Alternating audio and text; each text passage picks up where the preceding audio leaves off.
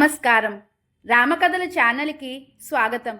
ఈరోజు మనం విశ్వామిత్రుడు సునసేపుని వృత్తాంతము గురించి తెలుసుకుందాం. విశ్వామిత్రుడు త్రిశంకుని వృత్తాంతం తరువాత మళ్ళీ పశ్చిమ దిశ యందు తన తపస్సును ప్రారంభించెను.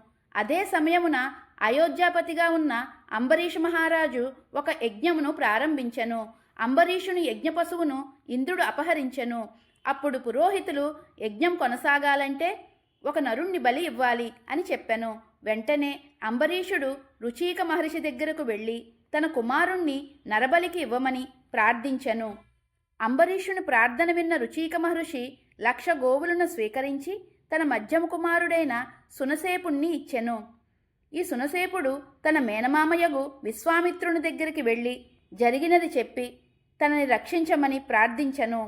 విశ్వామిత్రుడు సునసేపుడికి ధైర్యం చెప్పి తన కుమారుల వద్దకు వెళ్ళి, మీలో ఒకరు రాజుగారి యజ్ఞ పశువై అగ్నిదేవుడికి తృప్తిపరచండి, ఈ బాలుడి ప్రాణం కాపాడండి అని చెప్పెను. కానీ విశ్వామిత్రుడు కుమారులు అంగీకరించలేదు. కోపంతో విశ్వామిత్రుడు వారిని శపించెను. విశ్వామిత్రుడు సునసేపునికి ఇంద్ర, ఉపేంద్ర అనే మంత్రములు ఉపదేశించెను. సునసేపుడు అంబరీషుని యజ్ఞవాటికకు వెళ్ళెను. అప్పుడు ఆ మునిబాలుడు విశ్వామిత్రుడు ఉపదేశించిన మంత్రములను స్తుతించెను. ఇంద్రుడు సంతుష్టి చెంది దీర్ఘాయువును ప్రసాదించెను. సునసేపుణ్ణి విశ్వామిత్రుడు తన తపశ్శక్తితో రక్షించినాడు.